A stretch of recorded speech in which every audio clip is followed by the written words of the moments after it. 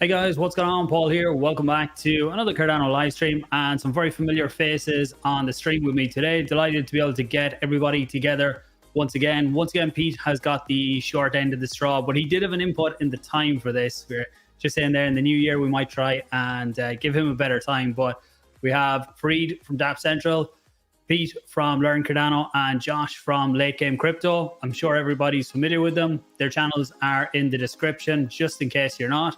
Anyone coming in, do let us know where you're coming in from. Give the video a like, share it out. Like normal, we're going to keep this fairly laid back, fairly interactive. Any questions you guys have, any direction you would like to push us, then make sure and drop them in.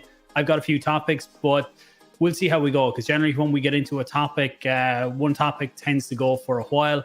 So let's go around with who's beside me. Farid, you're beside me. How's all with you? Everything is going well. I'm currently on a quick vacation, so I'm not at my home location, but I'm excited to be here.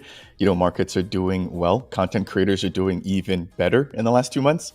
And so, yeah, I'm just excited for the conversation. And again, thanks for the opportunity to have us here on your channel. Yeah, appreciate you coming in. And Pete, bottom left then. How's all with you at this hour of the morning? As good as it can be. As good as it can be. Fed the cat, so the cat's happy. It's not going to jump on screen, I hope. But yeah, everything is looking upwards at the moment. I think the stats are looking okay across the YouTube channel. Stats on the pool are looking great. So, can't complain. Nice. And just for anyone tuning in, do you want to tell them what hour of the morning it is for you there? Oh, not really. It's 4 a.m. Yeah, that's I'm early. Surprised I'm awake. 6 p.m. for me here in Ireland, so I got lucky. And Josh, how's all with you? I am fantastic. I'm really feeling it in the community. People are starting to get excited, and I get it. Numbers are going up, and it's looking exciting. Sentiment's looking exciting. Yeah, and I'm seeing the same thing you guys are.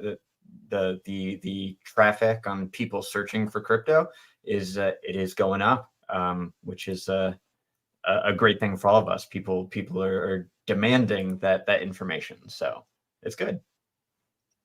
Nice. Yeah, it's definitely picking up, and I suppose the good side of that is there's more people looking to learn what's going on in crypto and find out what they should be looking into. But on the flip side, it's always good to mention this, that the number of scammers, impersonators that are out there is rising daily. And I was just saying to Josh before this that Twitter aren't removing them as quick as they used to. Even when I had one the other day, and at this stage, there's nearly a few of them every day, but I reported it and it took it a week. It took Twitter a week, or X, to actually remove it, even after me uploading my ID and everything, where normally that used to be within a half an hour. It took a week this time. So I just said, be very careful out there. I think Pete put out a video maybe yesterday talking about some of the common scams. There's AI videos out there. Maybe I'll give it over to Pete just for a minute, just to talk about some of the common ones that are out there. Just when I see the numbers are going up here watching, it's always good just to give people that heads up. So any other ones you've seen, Pete? Yeah, the really fun one at the moment is that giveaway scam where they drop a token into your wallet and people see it and go, oh, wow, there's an airdrop or something going on. And they look at the token, they see the metadata, they jump onto the website, they connect their wallet, and bam, they do a transaction and away their assets go. And this current scammer has almost gotten away with 500,000 ADA worth of assets at the moment. So it's not good. Please be aware of what you're signing when you're connecting yourself to those websites. And I think it's part of the problem is that we've been trained in the Cardano ecosystem to pay a little bit of ADA, send a transaction, and then you get something back. And drip drops, tossy drop, and those type of platforms have trained us into that kind of behavior. And it's usually fine, but now they're hiding it within the transaction, and you see the 1 or 2 ADA go out, and that's fine. But then it also takes all of your hunt tokens and everything else around it as well, and people just don't realize. So just be really aware of what you're signing.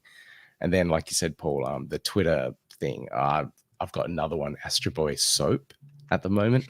I took out 3 on the weekend with underscores in it, and now there's Astro Boy Soap that's live. So just be careful. I don't care about your trades guides. Just ignore the DMs. Yeah, and not meaning it in a bad way. None of us are ever going to reach out to any individual completely out of the blue. And especially we're never going to reach out asking about trades or projects. The very odd time I'll reach out to them first. But individuals, unless you contact, I'm sure it's the same for the other guys, unless you contact one of us first, we're not going to be initiating the conversation that way. And something is too good to be true, it generally is.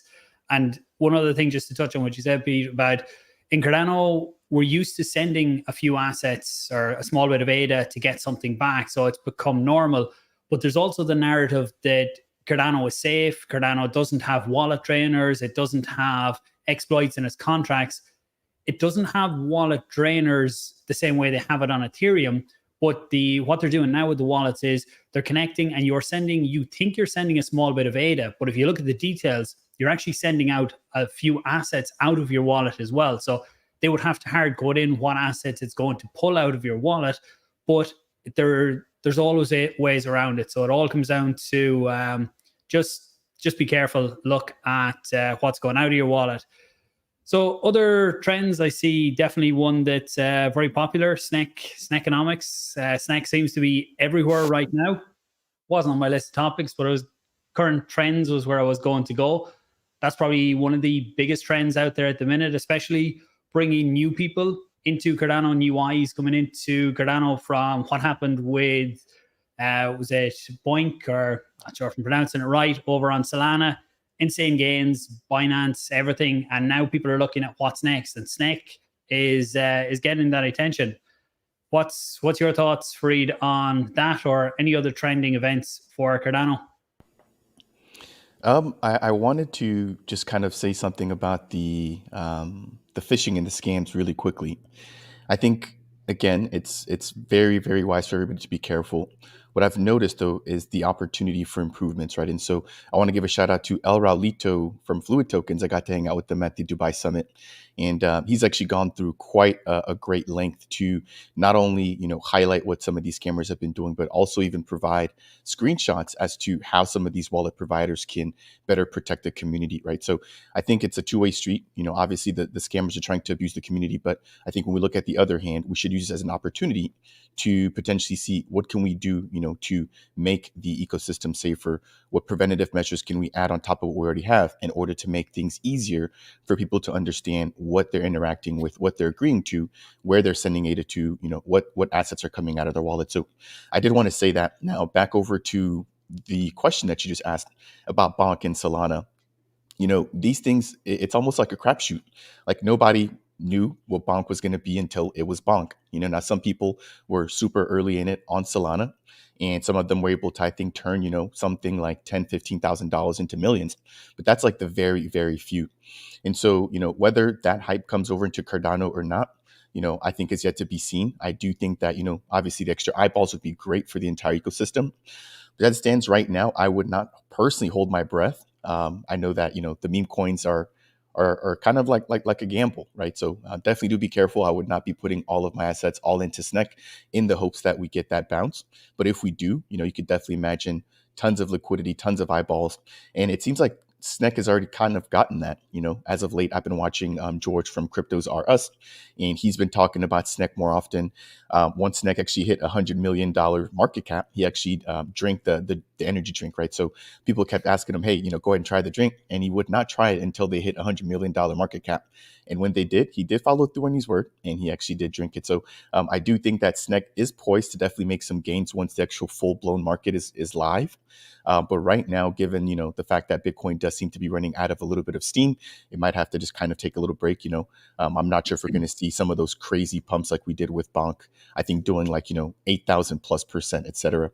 Again, either way, I think that the Snek community will still be here. It'll continue to grow. But of course, that extra liquidity would not hurt Cardano right now.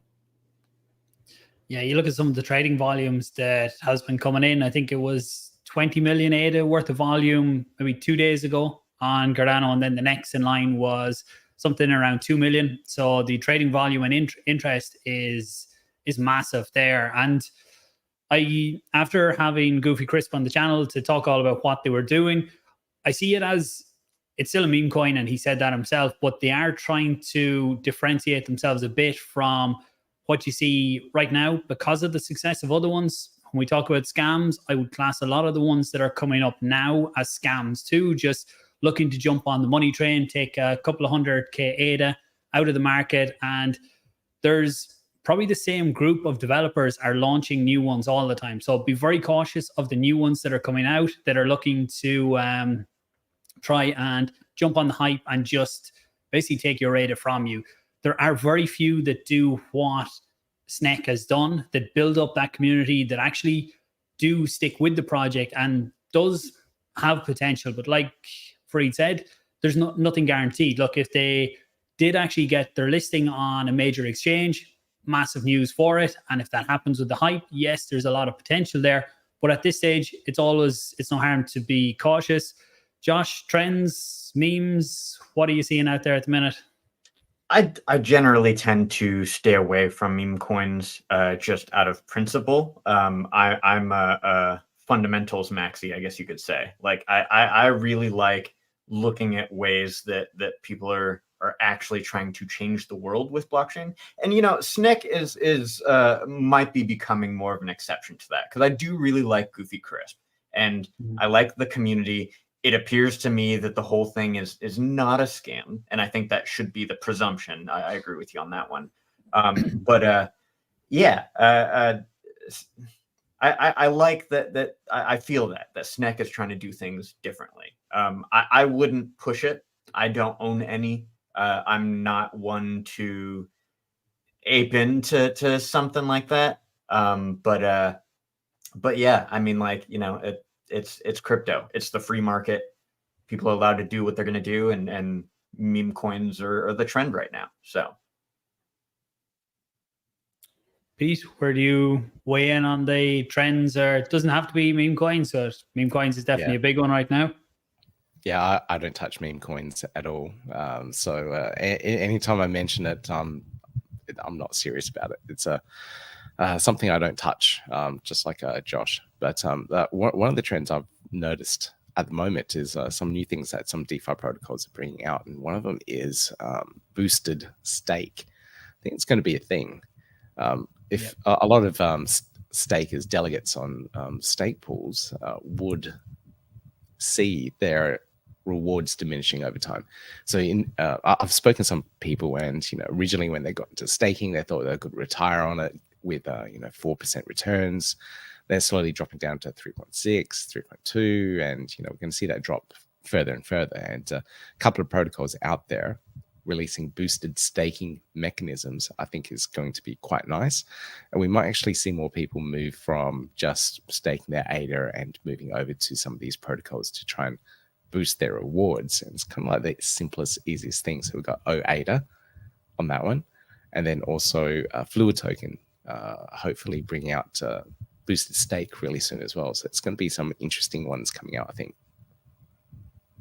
Yeah, that's probably a decent topic to talk on for a few minutes. Just before we move off, people mentioning Hosky. Yeah, Hosky is still there. I think Hosky is very different than most of the meme coins out there too. And to be fair, they do a lot of really good education around Cardano and onboarding. Like Snek is bringing a lot of people in from outside. Hosky with the proof of onboarding SIP that allows you to easily bring people onto Cardano. That someone mentioned the Christmas card that Snek organized, and that wording for where you can have a QR code that people can scan to set up the wallet and then get assets into it. So they definitely deserve a lot of props for what they've done since they started. BankerCoin, not one that I follow. I know when they launched first, there was a lot of hype. I think they're building some kind of game, but I don't know. Anyone hear of it before we move on? I did hear that BankerCoin is kind of creating sort of a Monopoly type game. I haven't looked too deeply into it, but yeah, I heard the same thing. Okay, so just back to, and I'm taking my timestamps here when you see me writing, so that people coming after don't have to listen to everything. The likes of ADA and stuff like that. So I think it's definitely something that is going to get a lot more popular because, like you said, Pete, staking rewards are going down. When I started staking ADA first, I think it was 5 point something was the staking rewards, and every single epoch it goes down slightly, and it's nothing to do. I get questions, not so much anymore. I think a lot of people know now, but I used to get a lot of questions about, oh, why are the rewards down and why aren't they at X? And people try and jump around. If one pool could have a really good epoch, this epoch, and especially I've seen sometimes with smaller pools, if they have a bad epoch and people jump away to another one that they think, oh, they're going to get better rewards. But generally, every single pool is going to give you pretty much the same rewards. There'll be some slight differences in it, but over the longer term, most pools will give you the same rewards, which right now is probably around that 3% mark. So when people can get extra incentive, and just by that, what we're talking about here is that you could put your ADA into a smart contract, then the contract is actually staked. So you're earning the ADA staking rewards from that, but you could also get back another token representing your ADA and use that. I suppose Liquid Finance have a version of this where you can put in your ADA into the protocol, then it's actually staked through that, but you can also earn some extra incentive by your ADA being used as part of the lending and borrowing platform too. So I think that's definitely a narrative that's going to get a lot more popular because it was something that a lot of people held ADA because it was easy to hold it, stake it. You didn't have to give up custody. So that does bring on that side of it, which some people won't be fully comfortable with actually giving up custody of their funds. But to me, it's like I talk about portfolios all the time. You split it up. I would never put all of my funds into a smart contract, no matter how much I trusted the dev or how much I trusted the audits or anything like that. There's just part of me always wants to have custody of a decent chunk of my own funds myself. Just if I lose it myself. I only have myself to blame. But if a contract or something gets hacked, like we mentioned earlier, sometimes there's the narrative that Cardano doesn't have exploits or contracts can't be hacked. They can. They are safer once they're built properly. But there's always the chance out there. But what's your guys' thoughts on staking, extra incentives? I suppose Midnight and other partner chains potentially help staking rewards there. Farid, you've talked a bit about Midnight and had Charles on the channel to talk about it too. Do you want to talk about that or how that might help staking rewards and then into boosted staking rewards or yield? I can hit on how, yeah. My opinion on staking is that I feel like there does tend to be a pattern in crypto of staking just for the sake of staking. Just earning rewards almost for no reason. Like you could argue maybe that like staking creates this pattern of encouraging people to hold on to an asset, and that might provide some kind of stability in that area. But generally, I feel like if you're putting your assets into something, they should be doing something. It should be, you know, if it's providing liquidity, that's adding price stability to the market. If it's something that is being used for some other purpose, that's my favorite area, I think, of when staking, I think, is used best and healthiest. But yeah, I'm always very skeptical of higher yields, and I try to encourage people to look try to think about the sustainability of where that yield is coming from. Because if you're getting 20% yield on something, but you know the company that's generating yield on those assets is only getting 10%, 5% off of you know, that's the only thing that they're charging. That yield that you're earning is not sustainable. It has to run out at some point, and that can lead into some dangerous territory, like we saw with Terra Luna. So I encourage people to be conscious of those kinds of things, is like, be conscious of the sustainability, be conscious of where the money is coming from and the purpose that it's using. Just like, you know, put together all of the pictures and think about it instead of just like, you know, number go up or more money for me. Yeah. Farid, where do you sit on it? Yeah, I mean, I've definitely noticed what you mentioned earlier when it comes to stake pools, people jumping in and out, and even just more questions surrounding, how profitable a particular pool is, right? And I try to explain to people the same exact thing that you mentioned earlier, with the fact that, over time, this will diminish to the point where staking rewards will basically be negligible, right? And so, in anticipation of that, I think what we're seeing with what Pete mentioned earlier, with some of these platforms adding on boosted rewards, they're trying to basically gamify, their platforms in order to still provide that not flexibility, but that attractiveness that staking currently brings with little to no risk. And so with that, as Cardano matures and, we begin to see the diminishing rewards, I think this is going to be a really huge piece for something like Midnight or just the partner chain model to kind of come in and help out, right? So Charles kind of spoke about that during my interview, which you just mentioned there earlier, Paul. And that was that, right now there is no way for us to benefit from Cardano's decentralization. When we look at the Nakamoto coefficient across some of these top chains, Cardano has the highest Nakamoto coefficient compared to the number of operators that we have. There are other smaller blockchains, for example, like Thorchain or Mina, which I know that, Paul, you'd actually talked to me about a while back as well, that have higher Nakamoto coefficients. However, they don't have as many validators or as many nodes like we do here on Cardano. I think in Cardano now we're just at about 3,000. And so with something like Midnight, what IOG and what Charles's vision is for us to be able to export our decentralization through SPOs in order to provide them additional tokens, for example, like Dust just being one of them as a reward for Midnight.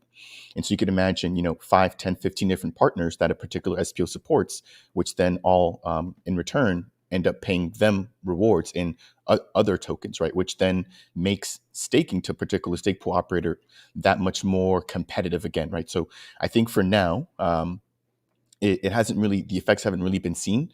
But once we do begin to get some of these partner chains coming online, I think there's going to be a huge demand for additional rewards through SPOs. And so I think that we're going to start to see people really kind of shifting where they're delegating to based off of what additional tokens or asset they can receive, right, for a particular SPO, which is a part of, the service model. Very similarly, we've seen a ton of ISPOs kind of kicking off and some of them actually even closing down. I think Fluid Tokens is just about wrapping up. Matera's kicking up and people are looking for those opportunities, right? And so people are shifting around and maybe the ISPO model is also kind of a way to attract new delegators moving forward. Again, because they're getting their ADA rewards in some cases while also getting the ISPO token as well. So I think, again, right now it's okay. It's, I think, about 3%. 3 to 4%, 4% if you're a really solid pool. But as time goes on, I think there's going to be more of a focus on what else other than ADA can I get, not just ADA. Yeah, I think that's the way a lot of people are starting to look at it, is what extra can I get when you were getting 5% staking rewards, people were happy to get that. It was safe. There was no risk when the funds were your own. As that number falls, people start to look at what extra can they get on top. So I think the mix of this bull market, DeFi, there's a lot of possibilities coming for Cardano, a lot of potential. Someone mentioned option flow is launching tomorrow, bringing options to Cardano. And there's a lot of other things that are building in the pipeline. I think we've probably all talked about AXO trade coming in January and the possibilities that are going to be there with custom strategies. Genius Yield launched their dexs anyway, 2 weeks ago. We might get on to them topics soon enough. But any other input, guys, on the extra staking rewards or anything that you've seen that people might look at or should look at or anything like that? It's open to Pete, Josh, anyone? Yeah, I'm seeing people chase those ISPO rewards. I've always spoken about it, and I think since Sunday Swap did their ISO back in 2021, whenever it was, the years blend. I've always seen my delegates move in and out whatever stake pool I'm telling them to go for next, what ISPO to go for next. And I know now that Fluid Token is ending really, really soon. A couple more epochs, I think. And my delegates are leaving, so it's hard to watch, but it's just part of the game. Go chase those extra gains, guys. That's what it's all about. Yeah, the ISPO is another one we didn't mention there that people can get extra extra rewards for the ones that you get on top of your ADA rewards. I think they're great. The ones where you swap your ADA rewards for the token, you should always weigh up what you actually think the potential of the token is, because some people look at them, oh, well, I just don't earn my rewards, I don't care about that. But you have to look at long term, which do you think is worth more to you personally? And just some of the questions, I'm bookmarking comments as we go. I'm bookmarking some of the questions if you guys see any of them. Just before we move on, there was a few quick ones. USDM, I know you put the comment in, Pete, that has been delayed. I don't think they have given a date yet, have they? They're making some changes. No date yet. And I'm sure as soon as we get one, the four of us will be talking about it in different videos. It's definitely one that I'm looking forward to coming. We really do need stable coins, native stable coins on Cardano. I know we have IUSD, we have ZED, but they're not quite the same as having fiat-backed stable coins. There's always mixed opinions on fiat-backed, but it's something we need. And USDT, USDC, whatever people think about them, they would be very good for the Cardano ecosystem if we can get them onto Cardano someday. Midnight airdrop, as far as I'm aware, there's no date on this. I would expect that not earlier than well into next year, Q2, Q3, random dates off the top of my head. And again, you can be fairly sure that we're all going to be talking about that when it comes. But the information is that everybody will get it. So if you start seeing, well, you have to delegate to stake pool X or Y or whatever it is to get it, that's not the case for the base airdrop. Farid talked a bit about that. We all will have the opportunity to run something extra to help in Midnight, and then there'll be extra rewards for that. But the base airdrop, from everything I've heard, is for every stake pool. So what else have we got? Chain congestion, just before we move off trends. That's something that's starting to become a topic again. We look at chain, and for anyone who hasn't heard of it, chain congestion, that is like how full each of the blocks are on Cardano. So if you look in the last few days, during the peak times, which probably in around now, it's been up around the 90% marks. That means the blocks are nearly full. So sometimes when it's quieter, generally your transaction gets into the next block, which are roughly every 20 seconds. But right now, with the chain being busy, and there's a lot of discussion going on in the comments about meme coins, whether they're good or bad. They're good in this case in that they're bringing extra people in. There's extra transaction fees. There's more happening, more eyes on it. But the other side of that is that it does fill up blocks. So what's your guys' thoughts on blocks? Should we be increasing the block size? One I would love to see, but I'm not sure if it's even being discussed, is changing the block time. So changing it from, even if it could come down to 15 seconds, that means you get one extra block per minute. It gives you faster finality, and still you fit a full block worth of transactions into a minute. But I know it's the raising the block size is generally the one that's talked about first, which I think is fine. It's an easy enough fix. I think it's just a parameter has to be changed. But what's your guys' thoughts on congestion or blocks or anything like that? I generally think about it, as a decent thing, right? Again, it's kind of like with the scammers. It exposes something, but on the other end, it gives us an opportunity to do something better. And so what you just mentioned there with the block propagation time, I think would actually be a really good idea. Now, to kind of play counter argument to that, right, would be like, what happens with that? Now we have more blocks being generated. Does that then mean that there are more rewards going out per epoch, therefore even further diminishing the rate at which the ADA rewards are going out? And if so, would the community want something like that, right? So I think it's just something else to keep in mind with the faster propagation time. If we are producing more blocks, does that mean then we're getting out more rewards, which then means that we're draining or lowering that or depleting those ADA rewards? Now, on the other end, with the with the larger block size, I think that would be great.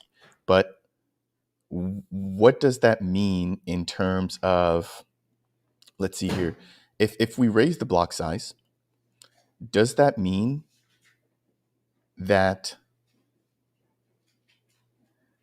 I'm struggling to put this into words because I'm trying to think about it this way.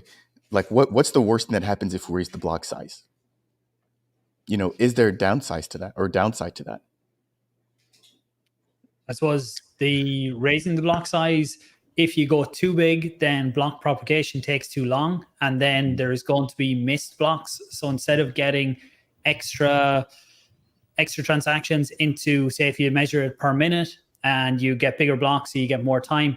If the blocks take longer to propagate, which bigger blocks will take slightly longer. Now, with peer-to-peer and what's been set up now, they're looking at that the propagation time will be reduced. That's why bigger blocks are a possibility. But I don't know enough on the technicals to debate whether or what the cap is for bigger blocks. There's the other side as well, is projects that are dApps that are still using Plutus V1 smart contracts.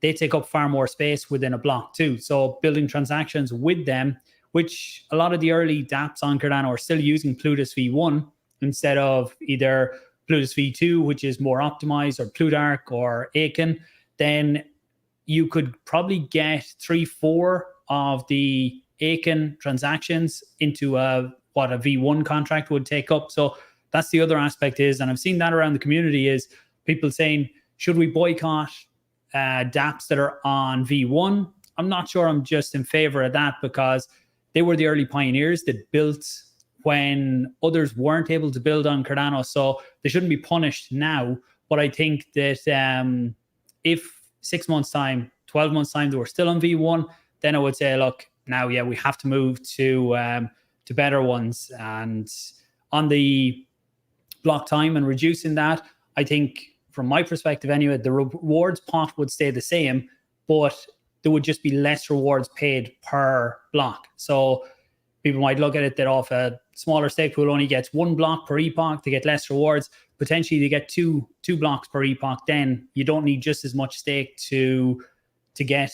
I always look at the slot lottery I look at it as a lottery, and every ADA delegated to your pool gives you a ticket into the lottery for a chance to get a block. So if there's more blocks there, there's more chance of you getting more than 1, 2. But Peter, Josh, any opinions on the topic of congestion and changing some of what's going on?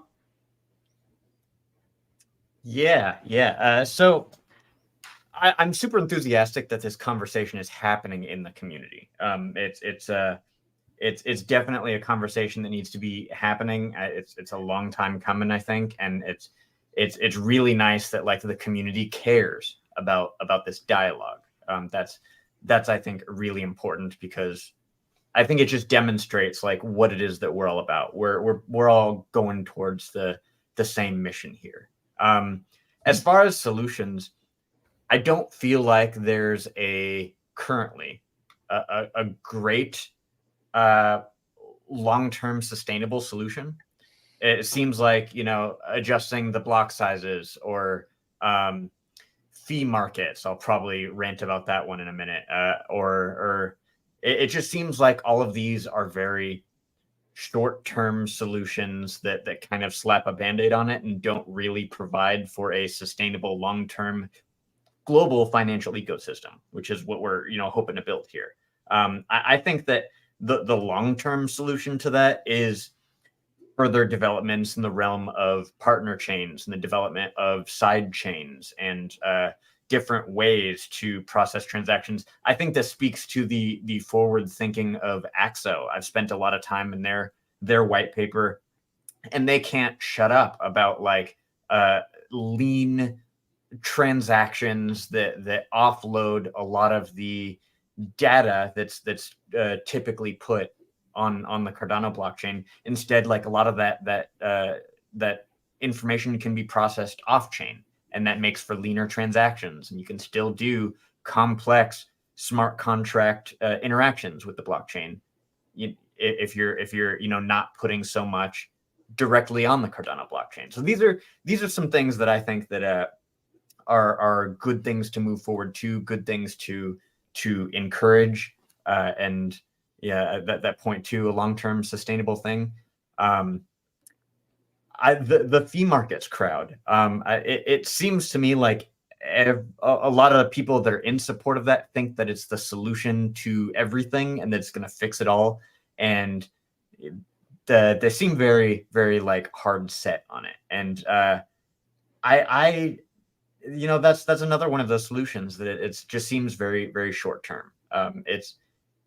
basically what it would do by making transactions more expensive is it would discourage a lot of people from interacting with the blockchain. And like, that's kind of like counterintuitive to the point here. Like, you know, people should be allowed, even if it's a stupid transaction, to be able to make that transaction, because like that's what we're here for. We want people to be able to choose what they do with their money and what they interact with. So yeah, like, I'm not actually in favor of fee markets, whether it's short term or long term. I think it just puts us into the same ballpark as problems that other blockchains have been happening. But I've been pretty fond of my buddy Trim, who's now working for IOG full time. He had a Catalyst proposal last round that I really liked about utilizing batchers to prioritize transactions that the community votes on, or that it's community governed. I think that would have been a good way to give some more priorities towards certain transactions that we might find more necessary in the ecosystem here. So yeah, those are all some of my thoughts. I think there are plenty of short-term solutions out there that it's good that we're talking about it. But I don't think the long-term solutions are quite here yet. Yeah, I think what you said there, I could take a whole video talking about it. There's a lot of really good topics there. Yep. Very high level. Actually, one thing I keep forgetting to say, someone commented there, don't forget to give the video a like, share it out, bring more people in that can get involved in this conversation, because I would say none of us here on this know what the exact solution should be. We can give our opinions, and sometimes these calls, I change my opinion slightly after debating with these guys, or not even debating, but just talking about and listening to other solutions, because that's the best way to try and find out what you can do. Fee market, I think a tiered fee market is something, if it came up for a vote on Cardano, I would vote yes. I'd be in favor of it, because then people who complain that you can't get your transactions through, if you save a small bit of the block for that, let them pay to get into that block if they want, but everybody can still go in on the lower fees. And potentially you could even have cheaper fees then on the lower tier for people who, I need to send something from one of my wallets to another wallet. I don't care if it happens now or it happens in a few hours' time.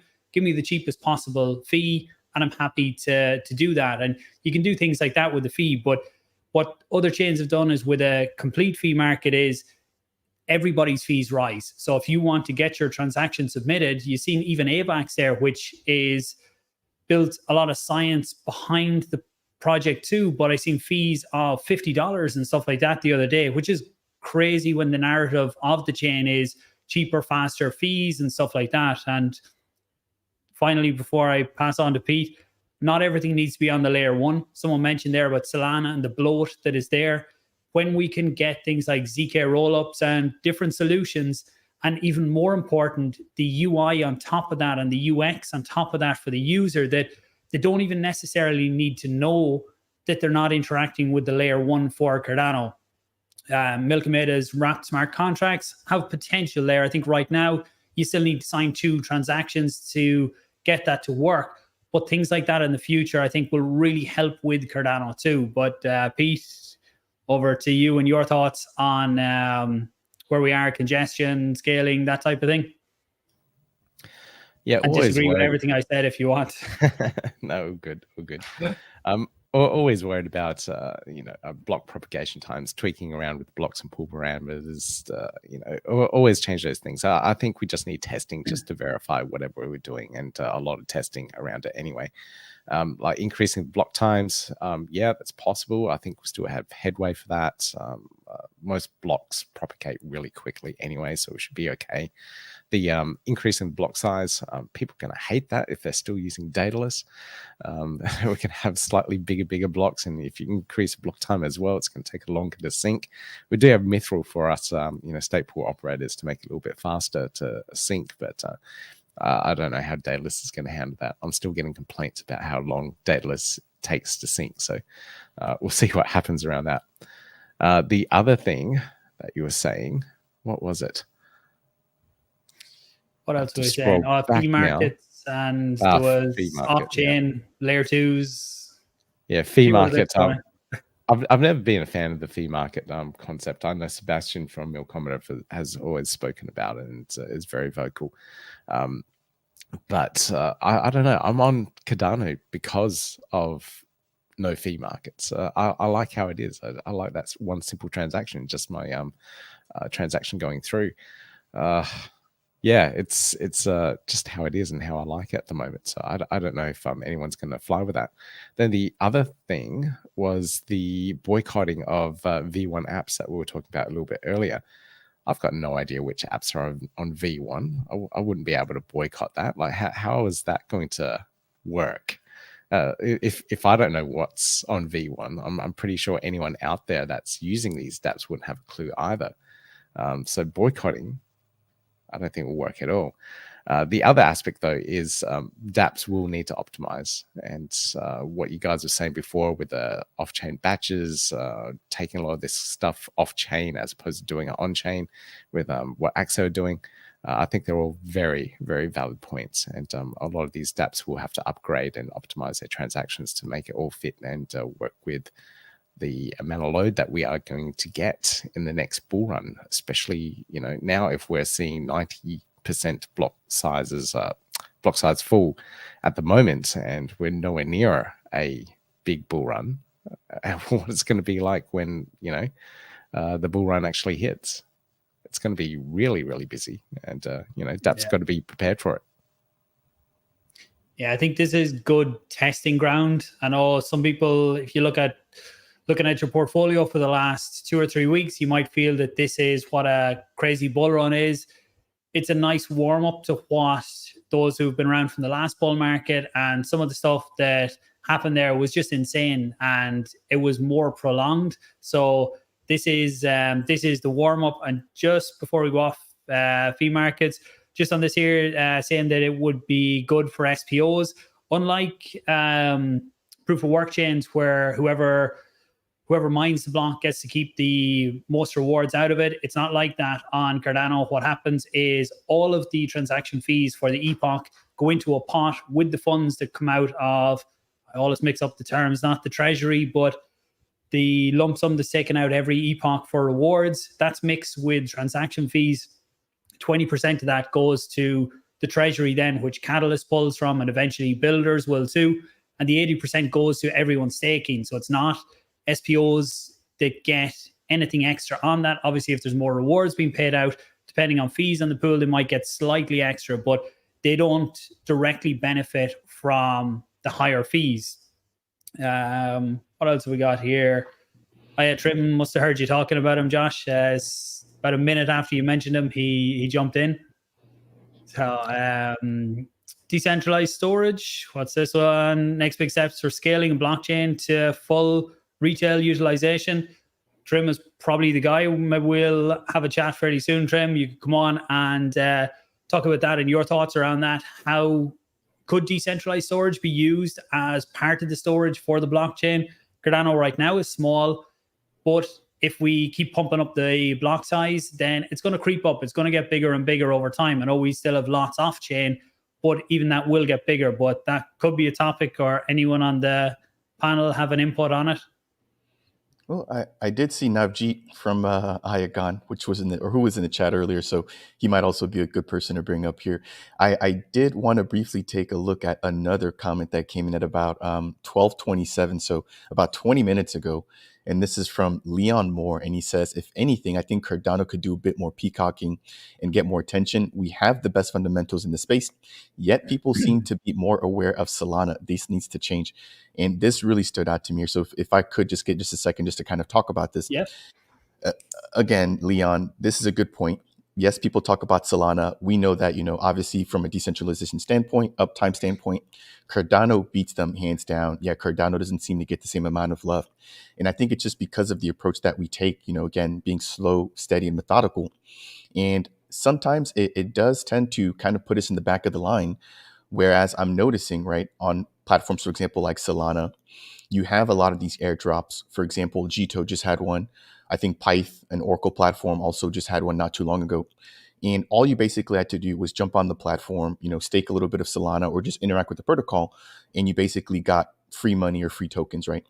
But what you tend to see is that these are not crowds that you want to have for the long term. These are crowds that are, farming or basically sucking, liquidity out of the platform, out of the protocols, and then they're looking for the next thing, right?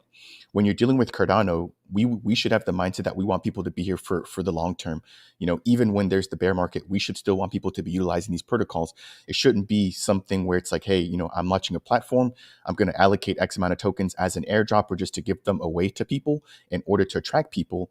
And then after that, there's really no substance to kind of follow through. And so I think we have to be careful in terms of just how we peacock. I mentioned earlier something, for example, like the partner chain model, right? That is a way that we're peacocking. We're allowing not just for Cardano to thrive, but for any other network to be that backbone provider.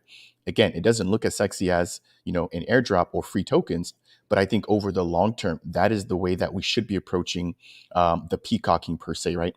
You compare these airdrops on some of these networks, that would equate to something, for example, like an ISPO on Cardano, right? Where you're getting these tokens hassle-free, but you actually have to stick around. It's not something where you just jump on the platform, make a transaction or two, and then begin to ask, when am I getting the snapshot, or when is the snapshot going to happen in order for me to get some of these assets and some of these tokens? And so I just wanted to just really touch on that one there. I think that Cardano is peacocking, but the way that we're doing it is much different than some of these other networks where we're not like trying to put a shiny object in front of our users and say, hey, come use this platform for free tokens. But instead, we're really trying to take that slow and steady approach. Yeah, great input there. And yeah, I think sometimes it's not fully seen what Cardano is bringing to the table, but longer term, hopefully it will shine. And Trim, yeah, Josh was just saying that you're not a guy who really knows what he's talking about, so not reliable information. You'll get that when you watch it back anyway. I see we still have Navjeet here from Igon 2 saying that they're working on storage and compute, and where we had another one, mainnet storage before Christmas. So yeah, we're due a catch up, maybe Trim and Navjeet, the two guys on before together. Maybe we could do a follow up. I know Trim will have lots of input from IOG now. I think he said down here somewhere as well about, I missed it. He said, partner chains, big fan of partner chains. See, we Blockjock from USDM. There was questions on USDM earlier on. We're all eagerly awaiting the date. I don't think there was anything out since the announcement that came out last week. But if there was, make sure and let us know. What we're used to volume handling wise, along with the lower memory requirements in Axel. What we're used to in volume, I don't know if that was related to another topic. What probably brings on to another question that I have is growing DeFi ecosystem in Cardano. More DEX is coming out. Axo is coming out. Genius came out the other day. Orderbook DEX. Who wins the liquidity battle? Because a lot of DEXs, it's going to come down to liquidity. I know Genius is predominantly an Orderbook DEX. You can do market orders, but an Axo will be the same Orderbook underneath, but you can do a lot more on top of it. But you still need liquidity to make it a good user experience, because if you look at the likes of Genius right now, then Gens is the only token that has liquidity for trading. So how does something like that attract enough liquidity from other tokens to make people want to trade on them? Or your own opinions on the current DEX landscape, because it's definitely something we have a lot of in Cardano right now. I don't know who wants to jump in first on it. Go for it, Josh. Actually, it's interesting. I'm sensing that at least on Cardano, it might not matter. Like it might not be a battle for liquidity with the development of things like DEX aggregators. There are like there are protocols outside of DEXs that are actively, practically like spreading the trading volume pretty equally across different DEX protocols. And the liquidity will probably determine which one sees more trading volume, because it can handle more volume without such like huge price appreciation. But I think that the DEX aggregators add a really interesting element to the DeFi landscape in Cardano. I think that that's going to be, and you know, everybody's using what is it, Dex Hunter at the moment, but like there are a decent amount of Dex aggregators out there. Like this is not a necessarily unique idea. And the fact that the idea, the technology is so proliferated, I think that that's gonna provide a much healthier DeFi ecosystem here. The you know, battle for liquidity is important, but as far as the greater ecosystem goes, and like, you know, who's gonna win out, I think my answer to that would be Cardano. The Dex aggregators is like it's a fascinating element to the whole situation. I'm really excited about it. Nice. Yeah, I think the aggregator sitting on top helps. One worry I used to have was with so many dexes and liquidity being so spread out, and it's hard to tell someone new coming into the ecosystem, like the wallets. We could probably all tell people a different wallet to come in and they don't know where to go after, and then we all tell them a different dex to go and use, and it's very hard for new people coming in not having one place.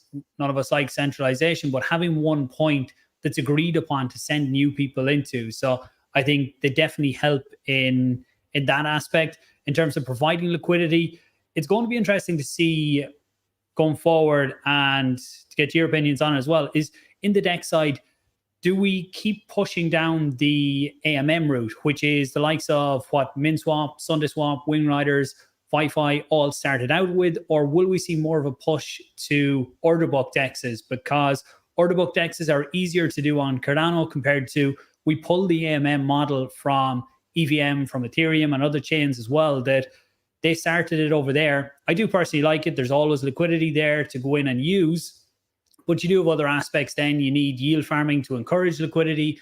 You have potential impermanent loss. But do you see us sticking down the route of AMM, or will Orderbook dexes become more popular as people get used to them on Cardano? And I'll leave that with Farid or Pete, since Josh was up last. Sure. Pete, you want to go first?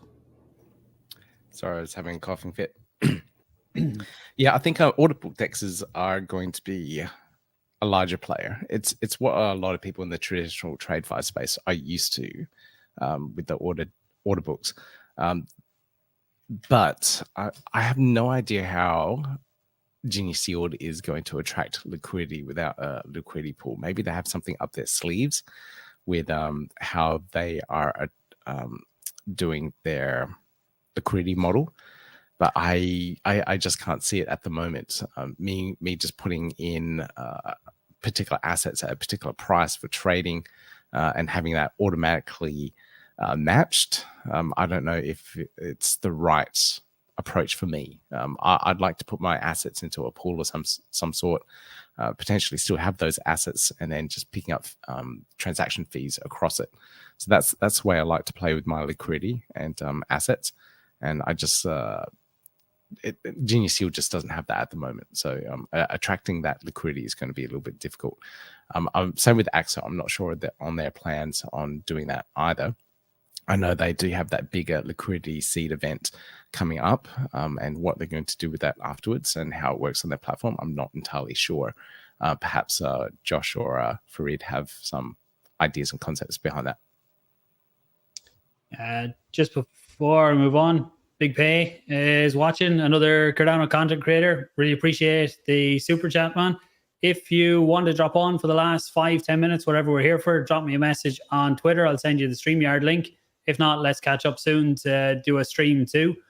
But yeah, I think attracting liquidity definitely is a tough one for a DEX. And the longer it goes on, any DEX, not just Genius here, but the longer a DEX goes on without liquidity, then the less chance it has of getting it. It's kind of the cycle. People start to know that, oh, it doesn't have the liquidity there, so there's no point actually trying to go in there or provide liquidity. But any answers on Pete's comments there?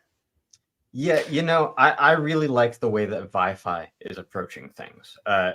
So I feel like the way that most dexes do things is they build a dex, you get a token for it, people will buy the token so that they can get perks on the dex, and it's a very how do I put this? I don't know, monotonous ecosystem.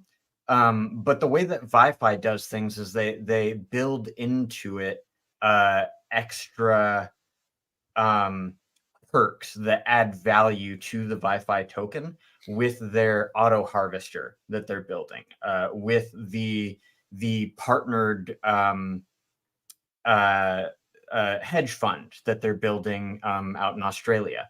Like, there are different elements to the ecosystem that add value to the token. And if people value the token more, then people would be more inclined to provide liquidity there so that they can get the token that is not just a DEX specific token. So I think expanding that creativity to include more value that is built into the token, I think that goes beyond just this DEX provides me more yield, therefore it's the best DEX to go on. I think that really is a much greater, more sustainable long-term value proposition than chasing yields on liquidity pools. So that's my take. I really like ViFi's strategy. You're up, Farid. Yeah, I tend to think that every DEX brings its own good and bad. When it comes to AMM versus Orderbook, I personally think that, yes, while Orderbook might be what makes sense long term, given just the thought process in crypto right now, where people are looking for the best stake pools through staking, people also looking for the best yield farms, right? And if farming for yield is a lot harder on an Orderbook style DEX, they just may not get as much adoption, even though you get other benefits, for example, like no batchers, right, or no slippage. So I think, again, it's going to come down in terms of the battle for liquidity. Just to kind of hit on your original question, it's going to come down for me, I think, to other features that some of these DEXs provide outside of just the traditional swapping. And so I mentioned this before, some platforms, for example, like Wingriders, also has a built-in launch pad, right?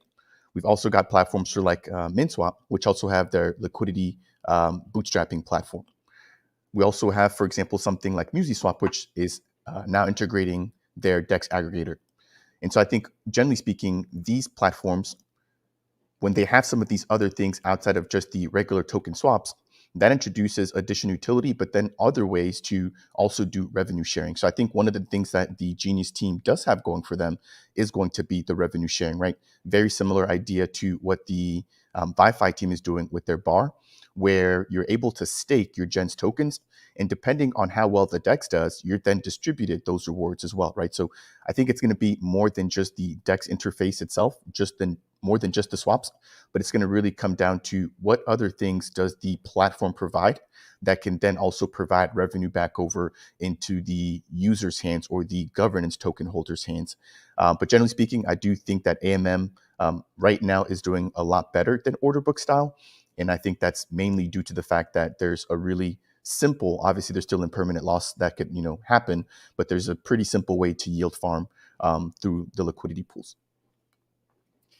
Yeah, I agree with a lot of what you said. I think AMMs are still going to be the most popular for this bull market anyway, just from the side of yield farming. People coming into crypto want to earn as much money as they can. You touched on it there, Farid, about that people will look for the extra incentives that they can get in terms of staking and everything like that. And it's the same with yield farming. And DeFi right now is still a lot of people coming in. There's a lot of the same funds are cycling around. Unfortunately, I do like projects that are trying to go outside of that. You look at World Mobile, you look at Iagon. There's lots of others that are starting to come in. And I think that's going to be a big narrative as this bull market goes on, is people that are looking outside of just core, what has happened in DeFi before, or how do we do things within DeFi, within crypto, and not including the outside world. So I think while that is still the big push, AMMs are the ones that can put out the 3-figure APYs for providing your liquidity or getting involved, and they're still going to attract a lot of people initially. The thing that Genius are doing, I like that they're sharing some of the protocol revenue back with Gens holders. What I think we need to see is how do you do that and incentivize people, not just gens holders, but people who come in and submit liquidity? Like, you hear of it when projects go to centralized exchanges, they pay market makers.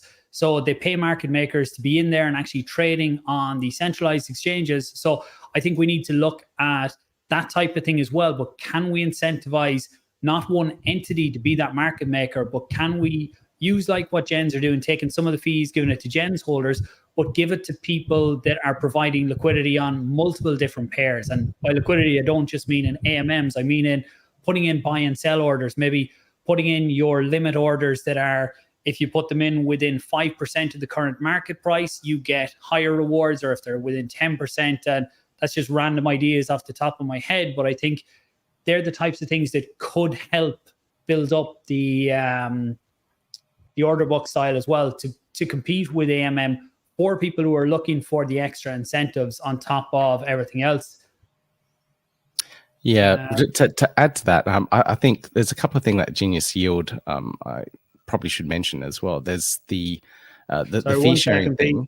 Big Pay, I sent you the link on Twitter if you want to jump in. Sorry, B, to let you continue now. Good.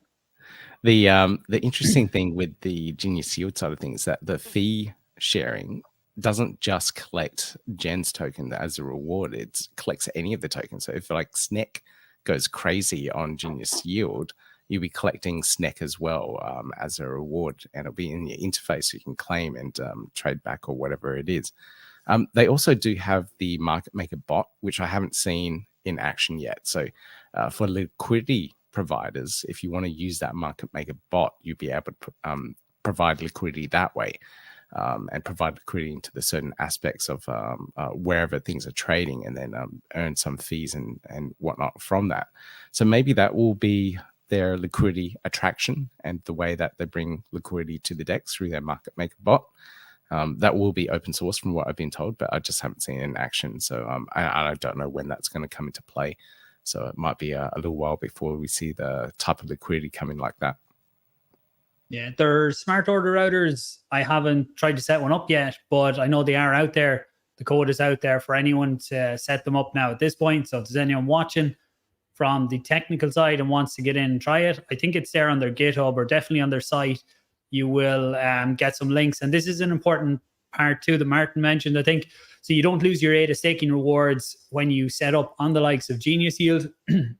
And I presume that's similar to what the likes of Indigo do, where the ADA stays as a part of your stake key until the sale actually goes through. So you're still earning your staking rewards, but you don't lose them out. I know some of the AMMs, they stake what's in the liquidity pool, and some of them give it back to the pool, or some use it for other things. But if you want to keep earning it into your wallet, then something like that it's a nice aspect. And someone said there about showing off highlighting what the eUTXO model can do. And that's definitely one of the aspects that you don't see anywhere else, that you can provide your ADA into either like Indigo as collateral or into an order book and still earn your staking rewards on it, even though you have essentially given up custody of it, but you still earn, it still is yours until someone else actually completes the trade on the other side,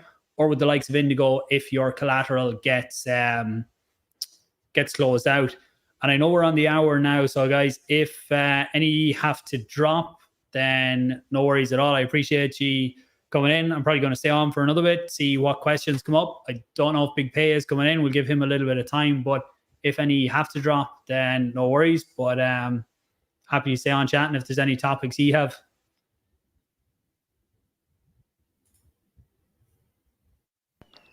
I think a good topic would be to talk about bull market strategies, right? I think we're still well early on. Paul, you've made it through a couple of cycles. You know, what are you looking to do different this time around, and what have you learned, you know, in the past couple of months, if not years? I've made a lot of mistakes, and one thing you're going to see a lot of experts in the current market telling you exactly what coins you need to buy because they're going to 100x and they're going to do this and that, and be extremely careful of that. Absolutely nobody knows what exactly is going to happen, even though there'll be a lot of experts that will sound like they know exactly what's going to happen. Just be cautious on that. That'd be a big thing. Like the shirts that I always have on here, DCA, that's both into the market and out of the market. I got a bit greedy in the last cycle. I had some decent targets set around the 250 euro for ADA to start my DCA out of the market. So DCA is selling a percentage of your holdings and taking out. I had taken some bits out up to that, but that was my first decent milestone. I got greedy. That was about $3 at the time with the euro dollar conversion, and it didn't last too long around them levels. So I took some out, but not the strategy that I had initially set out. So what I would say is set out your targets. If you think ADA is going to go to, or whatever asset you have is going to go to a number way up here, then your first DCA is way down below that. Even if it's 5%, sell 5%, and then every time the price increases by X amount, sell another 5 or 10%. And when you look back at the cycles, a lot of people said the last cycle was going to be different. There was going to be super cycles, extended cycles. Everybody gave it their own word, where it was just going to keep going. The price was going to keep going up, and we weren't going to Bitcoin drop by 80% or the likes of ADA and everything else dropping by 90%. Said it wasn't possible with institutions. We all know how that played out. So it's very hard to look at this upcoming cycle and think that it will be any different when we have so much history. I know we will have ETFs, we will have even more institutions in, and that narrative will play out that, well, it definitely can't happen again because we have all of these guys. I would say, play your hand. I have some of my crypto that I'm not going to sell in this cycle, no matter what the prices go to, and I'm okay with that. People will say, you're crazy, why wouldn't you sell and buy lower? You just can't time that. I've been in it long enough now that I've some set aside that in 10 years' time, I look at it and we'll see where it is. I'm happy to hold it through the ups and downs, but I do have percentages of the portfolio then that someone's in degen stuff, very small percent that I'm happy to gamble in and out. Then there's other bits that are set that I will have solid selling points along the way. But that's what I would say. Set your own price targets too. Don't listen, or do listen to people, but listen to lots of people and then make your own decision out of that. Don't ever set your targets based on one person's, especially one person's thumbnail of a price or anything like that. But thoughts on that type of stuff, or your own to add to it? Yeah, don't listen to me or anything I say. That's financial advice. I've made so many mistakes. I've held on through the last since 2017. So it's I've probably lost more money than I'd care to admit. So don't listen to me. Yeah, I mean, I would tend to think that all of us here, right, have lost money in investments, and that's, I think, part of crypto. It's a risky business. I see Kello Crypto. Why the financial advice? This is by no means financial advice. We're just getting Paul's history, and he's breaking down what he's learned along the way. Yes, no financial advice here. I forgot that theme, and I hope with what I said about not listening to people is conveys that message. Yeah, and I agree right there with Leon Moore. Right, everybody's made mistakes, and that's why we're still here. I was actually listening to, I think it's Plan B, and he was talking about how we're still in the early majority, right, or the early adopter phase of just crypto and digital assets. And this is a super volatile market. I speak with a realtor here in my local area, and he's like staying away from crypto because of how volatile it is. And that's just one of the things that we have to deal with. And so, yeah, like Pete and Paul both just mentioned, it's really, really hard to ever time anything. But when you believe in something, if you're willing to at least hold on to that particular thing, you might be rewarded for that in the long term, but it's not going to happen overnight. And so one thing that I've learned as well myself just throughout the entire process is to just take that slow and steady approach, just like how Cardano developed slow and steady. People come into the space looking for the massive gains, and that happens, very, very rarely. But I'm trying to do my best to learn from people that have been here longer than myself in order to properly prepare, right? And so I definitely consume other people's content, but I don't ever, just use that as like the holy grail. I try to make up my own mind. And I just want to say thanks again to you, Paul, for your insights there. Pete, I'm there with you. I've definitely, made money and lost money as well. Josh, what are your thoughts, man? How's your experience been here in crypto? historically speaking, the people that have made the most money in the industry of crypto have been the people that hold on through the long term. So the people that are maintaining their positions over the course of like 3 to 4 years, those have been the people that have made the most money. So like as far as like strategy goes, that's that's what I base my whole brand off of is doing things long term, paying attention to fundamentals, and I really encourage people to pay less attention to price and go in areas that you're passionate about, go into areas that you understand, go into places that you can get excited about and committed to over the course of a longer term period, because the long term commitment to those things makes a whole lot more sense when you're passionate about it, when you care about what's happening, when you understand what it is that's being built and why that is valuable. That's the kind of thing that I encourage people to do. It's like it's not about price, it's not about money. It's about changing the world with like new blockchain technology, and there's a lot of that to be had in this industry. So that would be my recommendation. Not financial advice, but yeah. And one other thing that I'll add to what I said before is FOMO. You can have the best plan in the world, but as soon as the FOMO kicks in, it completely changes. It's Pete's probably very familiar with the saying of everybody's a plan until they get punched in the face when you're getting in the ring. It's like you can have all the plans in the world, but as soon as you get hit, it's like, and that could be you get that hit of when the markets start taking off and there's all the adrenaline, the excitement of it, or you get that hit when the markets absolutely tank someday. You look at them, and FOMO works both ways. And especially when you're looking at the market and you see CoinX has taken off today. CoinX has done 100% in the last week or the last 2 weeks. And the one I'm holding is only up 5% or something like that. And money flows in cycles. So we talked earlier about DeFi, and a lot of the money is the same and it moves around. That happens with tokens too, that a lot of players will move around the market. They'll move around different tokens. And when you make big profits in one, pull them out, it goes into the next one pumps. And I've heard stories before of people, and it's probably happened to me down through the years, where you get the FOMO, something else has taken off and yours hasn't, and you jump into it, and then all of a sudden it starts its pullback and the one you were in starts to take off because people are going the opposite way to you. So it's always good to reevaluate your holdings, your strategy, but make sure you're cautious before you jump ship. Sometimes it is good to jump ship, and it's not easy. Holding longer term is generally the easiest strategy. If you can pick ones you like for the long term, turn it off, even set your take profits for whatever they are in the future, and not look at it day to day, because that's when FOMO really kicks in. Another super chat, I really appreciate it, Lee. We all know Cardano will rise. Talking about here, Hidden Gem Jesus. Don't know it. Haven't heard of it. I don't know if it's another meme coin or not, but I do appreciate the super chat. Thanks very much. And look, we're definitely gone over our time. Any closing thought, any questions, put them in. See, we're on 77 likes. Any chance of getting that to 100 before we finish the stream? And I'll get some closing thoughts from the guys here while I look through the questions. So, Pete, closing thoughts for our stream today, or what's going on with Cardano? Yeah, I'm just trying to race over to give it a like to try and get it to 100. Closing thoughts.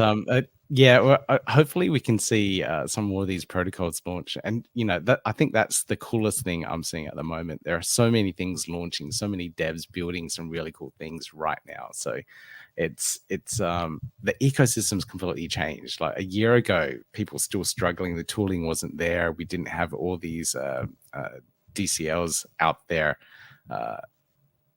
making it easy for devs to build, but now there is. And I've even written one basic smart contract, so if I can do it, smarter devs than me can. So it's completely changing landscape, and I love seeing all these protocols launch, bring some new ideas, concepts, and everything else around it. I'm just reading through the chats as well, and there have been some terrible things out there, and people just bringing me back down memory lane as well. So have a look over the chat when you can. Josh, what's your closing thoughts? And actually, anyone watching this, just in case you're not already subscribed to the three guys, their channels are listed in the description below too. Yeah, so I've been doing some research lately on greater crypto market trends, and there seems to be a relatively consistent consensus that there are two main factors that are preventing non-crypto users from getting into crypto, and those two factors are regulation and education. I think with what we're starting to see with the spot Bitcoin ETF and some more regulatory favorability coming into the market, I think there's going to be some changes made in that area. And as far as education goes, like that's what we're trying to do here. I recommend everybody, viewing to learn as much as you can about this space and be that vector of information for people that we as creators can't reach. It's really, it's not us that drives the space forward. It's you guys that takes that information and provides it out there to the greater masses, to greater people that we can't reach. So I think we're in for some big. It's going to be a really exciting next couple of years. So yeah, learn as much as you can, and let's partner with this thing together. As a community, we can make this thing happen and make the changes in the world that we want to see. Nice. Farid, any final thoughts? I see Blake in the comments as well for NFTs and Cardano in general. Make sure you guys check out Blake, and we'll have to do a catch up pretty soon for the NFT space, Blake. But Farid, your closing thoughts on it? Yeah, again, thanks for the opportunity to join. I see Granddad Crypto just left a comment saying that he's been watching on X and leaving comments there. So, Paul, you may need to just double check your stream. I know it's StreamYard. It should be pulling in comments both from X and YouTube, but looks like maybe some of them got missed here. Anywho, I just wanted to say, yeah, thanks again for the opportunity to join. Exciting time to be in Cardano, especially as a content creator. I'm thankful to have, other supportive creators just like you guys here to collaborate with, right? I think that as the space continues to grow, there's just going to be more of a demand on all of us to be putting out more content. And I can already see it now. I'm struggling in the last couple of days, if not weeks, to keep up with all the developments going on. And it's only going to get noisier and louder, especially as the price continues to go up and higher. I am excited to finally see, so many protocols launching on Cardano, obviously with some of them being Genius Yield, EXO, we've got Option Flow, we've got Mahen. The platform is maturing and people have been waiting for years, right, throughout the bear market. And I think we're finally going to start to see some of those fruits coming to some of those fruits becoming ripe over the course of the next couple of months. And so I'm just excited for the entire opportunity. I'm excited to be here as an early adopter of some of this tech. And like Josh mentioned, really having that long-term vision, whether we all make it or not in 2025, I'm looking forward to 2030, 2035, where we can really look back and say, hey, like we were in this tech, 10 years before the masses came in and we really had that vision. So I'm excited to be here, excited for this stream. And again, thank you all for the opportunity. Yeah, look, Farid, thanks very much for your time. I agree. I'm here for the long term too. Just to touch on a few of the questions I've seen coming up a few times there. Someone was asking about setting up a stake pool, advice on it. I've lost the question there now. But personally, my advice on it is that there's two sides to a stake pool. So there's the technical side on how to set it up, and that's got a lot easier as the years have gone on. I would say if you look up Cardano Guild, there's a lot of really good documentation there and guides and scripts to go through. The other side to consider is the marketing side, in that how will you attract delegation in? Because if you don't get roughly 2 to 3 million ADA, maybe below that you get lucky sometimes, but if you don't get that, then you're not going to get regular blocks in the epoch, and it can be hard. And like we talked about here, a lot of people looking for extra incentives on top of their staking rewards. It's harder to attract delegation now, to attract for newer pools to get the delegation to get into block creation territory. There was another one on CNETA I know you asked that one earlier, Beamer Haas too. Thanks for staying the whole way through. I think you were here from the start. I seen something just before I started this on their taking away from Ergo. Are they moving their token off Ergo and coming on to Cardano? I see Pete nodding. I don't know if you know anything on it. That's literally the headline I saw someone tweet, so I don't know any more on it. Yeah, they're closing up their Ergo side of things and migrating everything over to Cardano. So Netta is disappearing, changing to CNETA. So if the price is pumping, I suspect that's why people are buying up or trading on that news. I think it was the opposite that I seen people giving out about in the tweet. I seen that it had dropped 20% or more, that people were like, it was meant to start on Ergo and be an Ergo project who was going to do something on Cardano, but dropping the Ergo side now. But I look into it and cover it in some of the upcoming videos.